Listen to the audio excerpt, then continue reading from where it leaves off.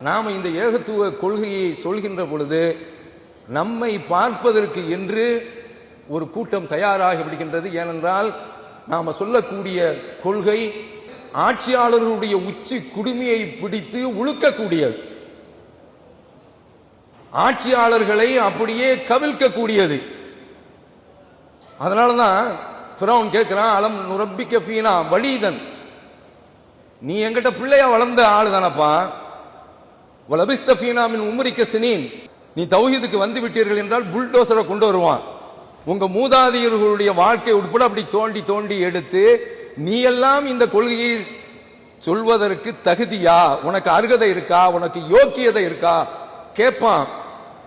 மூசா அலைஹிஸ்ஸலாம் அவரிடத்துல கேட்கிறான், ஓ ஃபால்த ஃபாலத்த கல்லத்தி ஃபால்த வந்த மினல் காஃபிரின், நீ என்ன வேலை செய்துட்டு போன தெரியுமா, ஒரு கொலையை செய்துட்டு போயிருக்கிற, நம்முடைய அரசாங்கத்தின்படி நீ ஒரு நிராகரிப்பாளன்.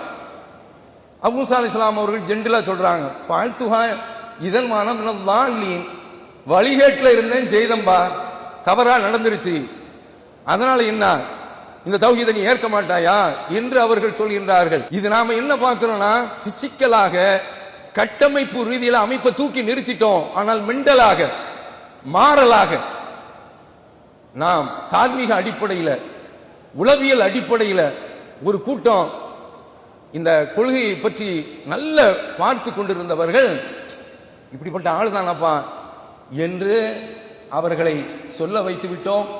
அவர்களுக்கு வாயில் அவளை மெல்ல கொடுத்து விட்டோம்.